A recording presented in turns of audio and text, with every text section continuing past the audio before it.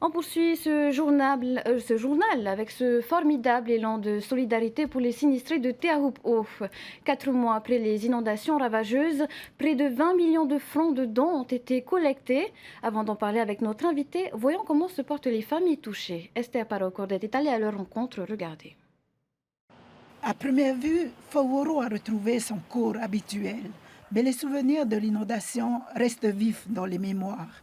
Le 1er mai à 8 heures du matin, une pluie violente et des branchages sortent la rivière de son lit.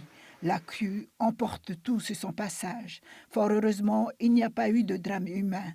Mais à chaque fois que le ciel se couvre et qu'un risque d'orage est attendu, une angoisse monte dans le village. On essaie aussi de s'entraider entre nous et puis j'essaie de filmer aussi un peu la rivière pour prévenir les autres. Si ça a monté, ça a descendu, quoi. Tant qu'il y a toujours le pont, tant qu'il y a toujours les trucs dans la rivière, je pense qu'on n'est pas tranquille jusqu'à on enlève ça et puis jusqu'à qu'on fasse quelque chose aussi. Parce qu'il y a des endroits où on n'a rien fait, hein. On a laissé comme ça et puis si ça déborde, ben ça déborde. Hein.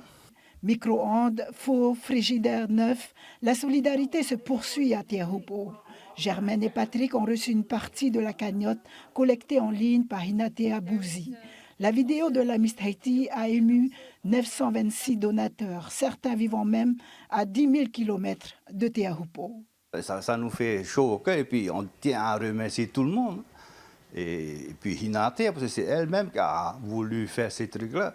Et bien, ça a bien marché et ça nous a aidés aussi, hein, quelque part. Hein. Plus de 19,8 millions de francs, c'est le très beau montant récolté pour offrir à 61 familles.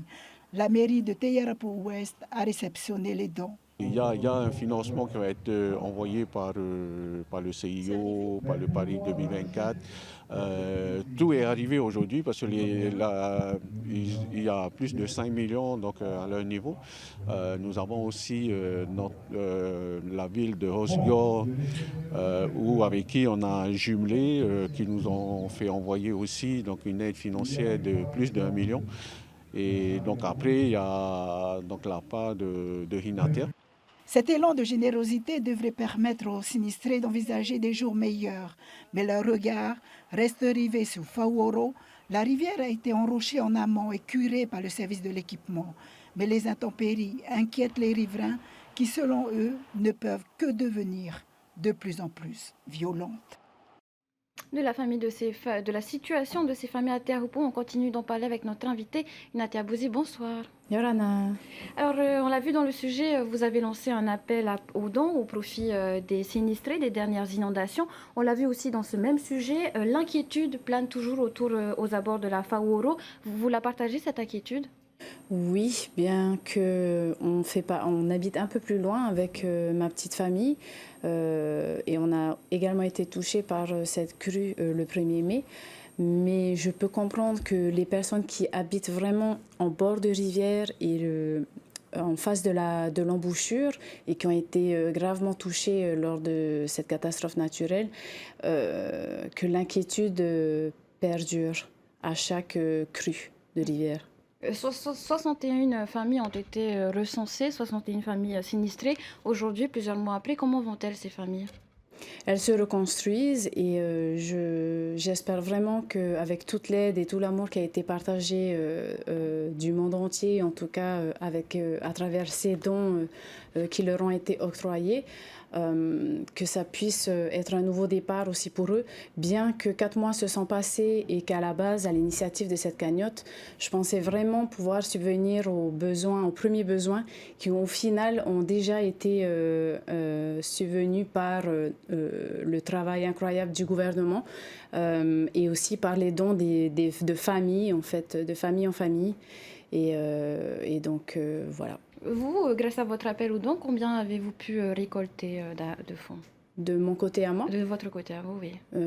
10 900 et quelques. Et au total, ce sont donc 20 millions qui ont été récoltés.